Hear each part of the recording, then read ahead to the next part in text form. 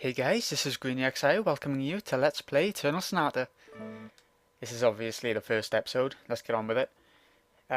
This game was made by, let's have a look, Namco, or Bandai Namco as it shows on the opening screen, you'll see it now. And try Crescendo, which is quite fitting for this game. As you've probably already noticed, this isn't in HD.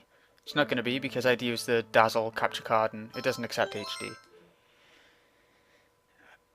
This is a Japanese RPG. It's over dramatic. That's the best way to put it. Subtitles on. Yeah, okay. It's 100% over dramatic, just like an anime. It's a lot like an anime. That's the type of game it is. This first episode now is going to be, might all be in cinematic. Don't expect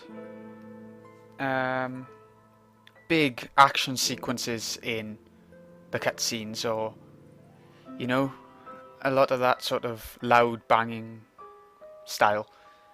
It's quite laid back. It's a relaxing game, you know. Watch the cutscenes, but don't expect a lot of action, like I said. Okay, let's get started. I'm gonna turn the mic off whenever there's a cutscene, like in my other series is. And yeah. Oh no, wait. Don't you dare. There's spoilers in that thing. Okay. Okay. I'll see you guys in a bit.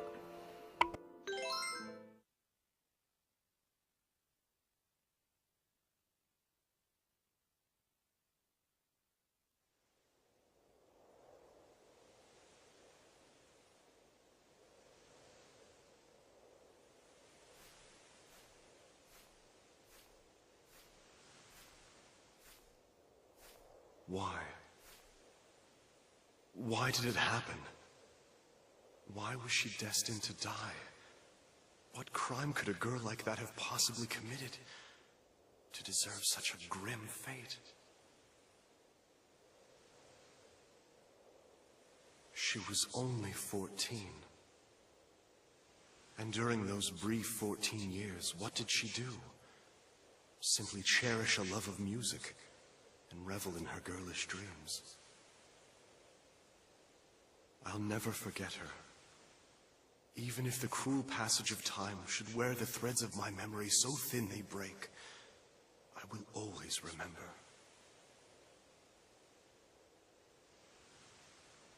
So, once more, a new journey begins.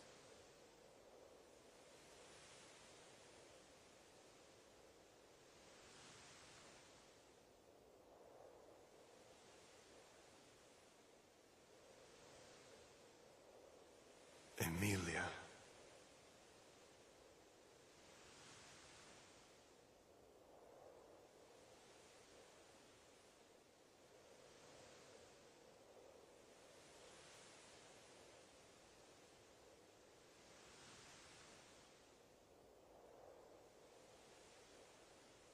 Once again, it all comes to an end.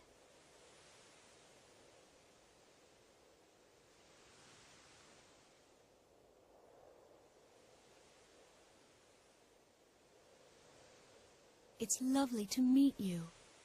Or perhaps it would be more fitting to say, welcome back.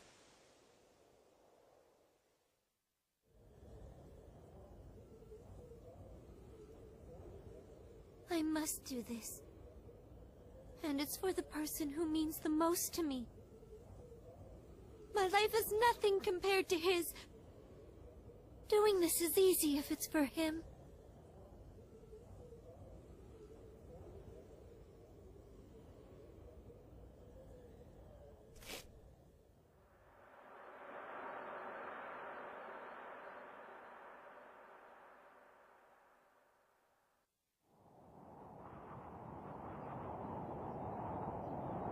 Thank you, everyone.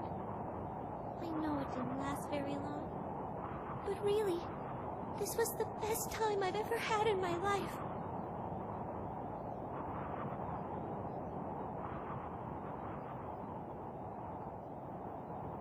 If I blow him a kiss, I wonder, will it reach him up there?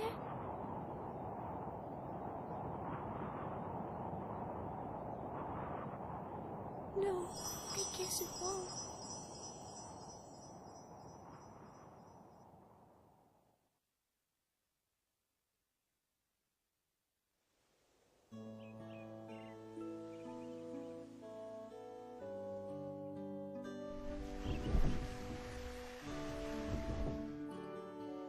The rippling surface of flowing water transforms the soft light of the morning sun. The beams combine, becoming a spotlight that paints the stage. The flowers awaiting the curtain's rise display faces of bright red and brilliant yellow. They turn their ears to listen to the performance that is about to begin.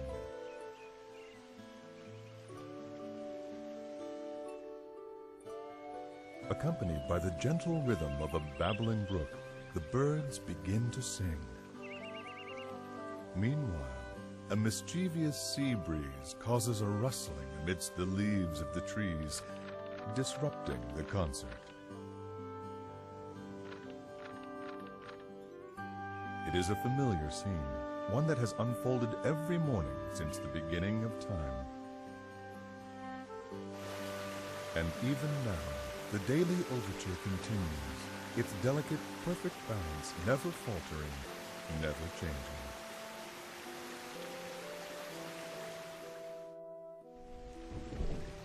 In the midst of this joyous orchestration, at the center of the morning's discordant musical performance, lies a small village nestled deep in the wood.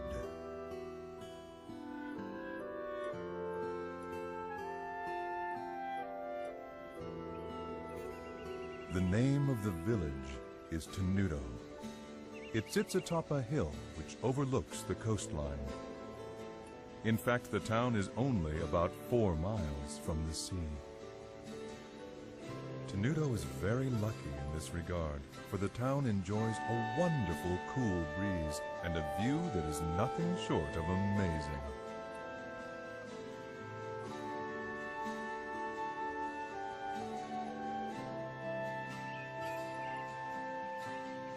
And then there are the flowers.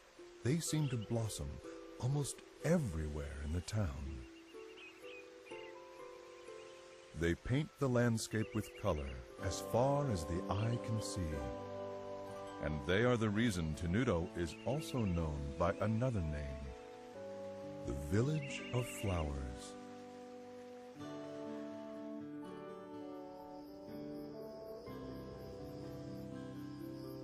There is a harbor town at the foot of a hill that can be seen from Tenuto. When night falls, the lights from the town shine like diamonds and open the hearts of those who gaze upon their illustrious splendor.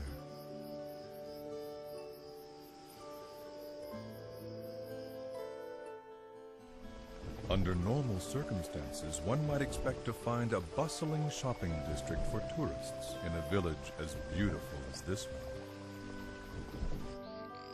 However, no such shops are to be found, not here.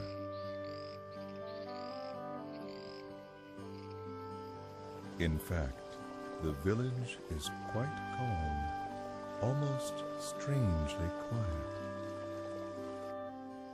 It is a place that exudes a peaceful tranquility, a tranquility that further increases its allure, as well as its mystery.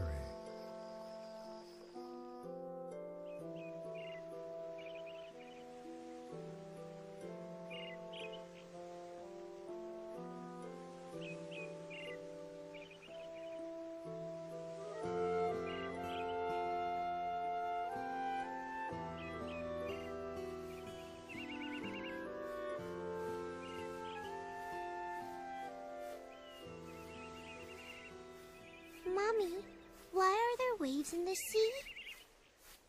Well, darling, there are waves because of the moon.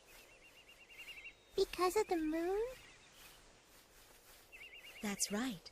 The moon charms the water in the ocean with its beauty. And because the moon is so beautiful, the seawater just can't sit still. Is that true? Really?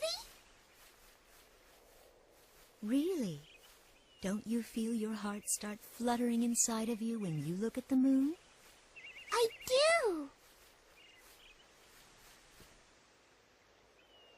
What about the puddle? Will it make waves when the moon comes out too? No, dear. There's not enough water. You need lots and lots of water, like the ocean, before it can make any real waves. Oh, I see. But that's weird. Why can't a little bit of water make waves too?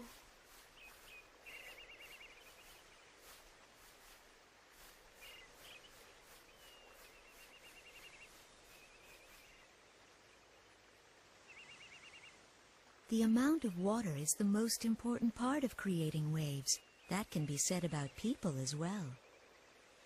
There are many things in this world that can charm people's hearts, just like the moon charms the sea. Things like wealth, vanity, status, image, and power. People who are drawn to these things create waves, and the fear in their hearts makes the waves grow bigger and stronger. The more people there are, the bigger the waves can become. And as the number of people grows, the waves grow bigger and bigger. It can lead people to start terrible conflicts. This is probably too hard for you to understand. I guess.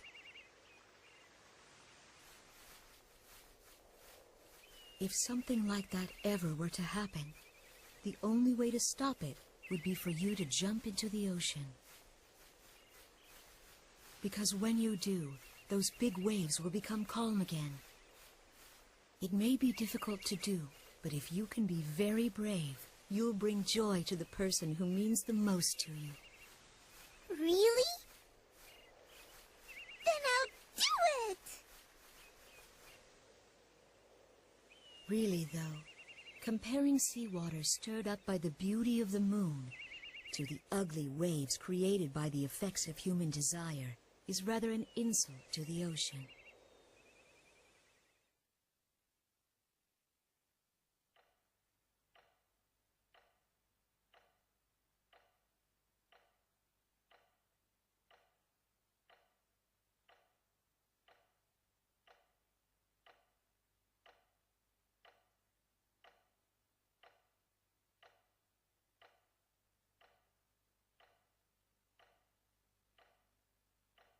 He seems to have calmed down, hasn't he, Doctor?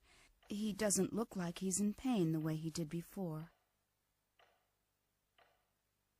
It seems as though he must be having a pleasant dream. Yes. Well, that would be nice. It would be even better if that means he's headed towards recovery, a full recovery.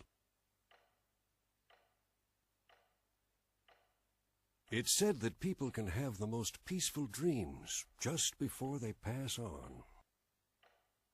What are you talking about? How can you say that? I apologize. Hopefully it's just an old wives' tale.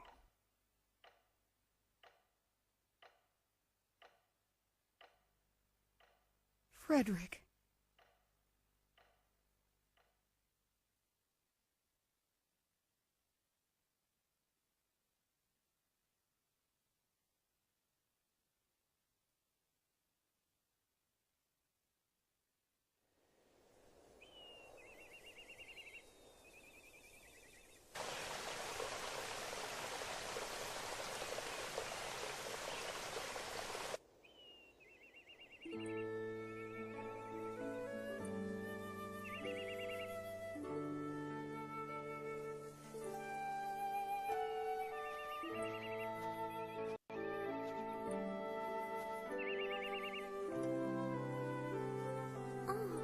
I guess I took longer than usual.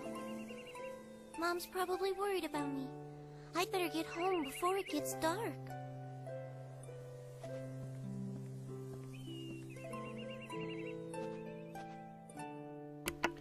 Okay guys, I'm back. That was 15 minutes of cutscene. Well, a bit less maybe. It's quite a lot. Let's have a look what we start with. Nothing? No. Okay, well anyway, I think that's going to be it for this episode. Yeah. It is. The cutscenes can be very long like that. And you can now see what I mean by the cutscenes being very relaxing, very... Yeah, not actiony. Pretty much all of them. I like that. Chapter 1, Raindrops. It's the intro chapter, if you know what I mean. Not in length, but in sort of... It's quiet, it's beginning everything, you know. We'll get into the game a bit more when we come back, with proper gameplay, proper everything. But that intro cinematic did give you the impression of what's to come. You saw Frederick in the bed at that one part in Paris. Well, you'll find out what that relates to. How that relates to the story in general and everything like that. As we go along, you'll be told, you know. Please stick with this, because this episode has just been the opening. It happens in every RPG where it's quite quiet and tame compared to the rest of the game. Anyway, yeah, this has been GreenyXI. Hope you've enjoyed. I'll see you again in a bit when we finally start the game.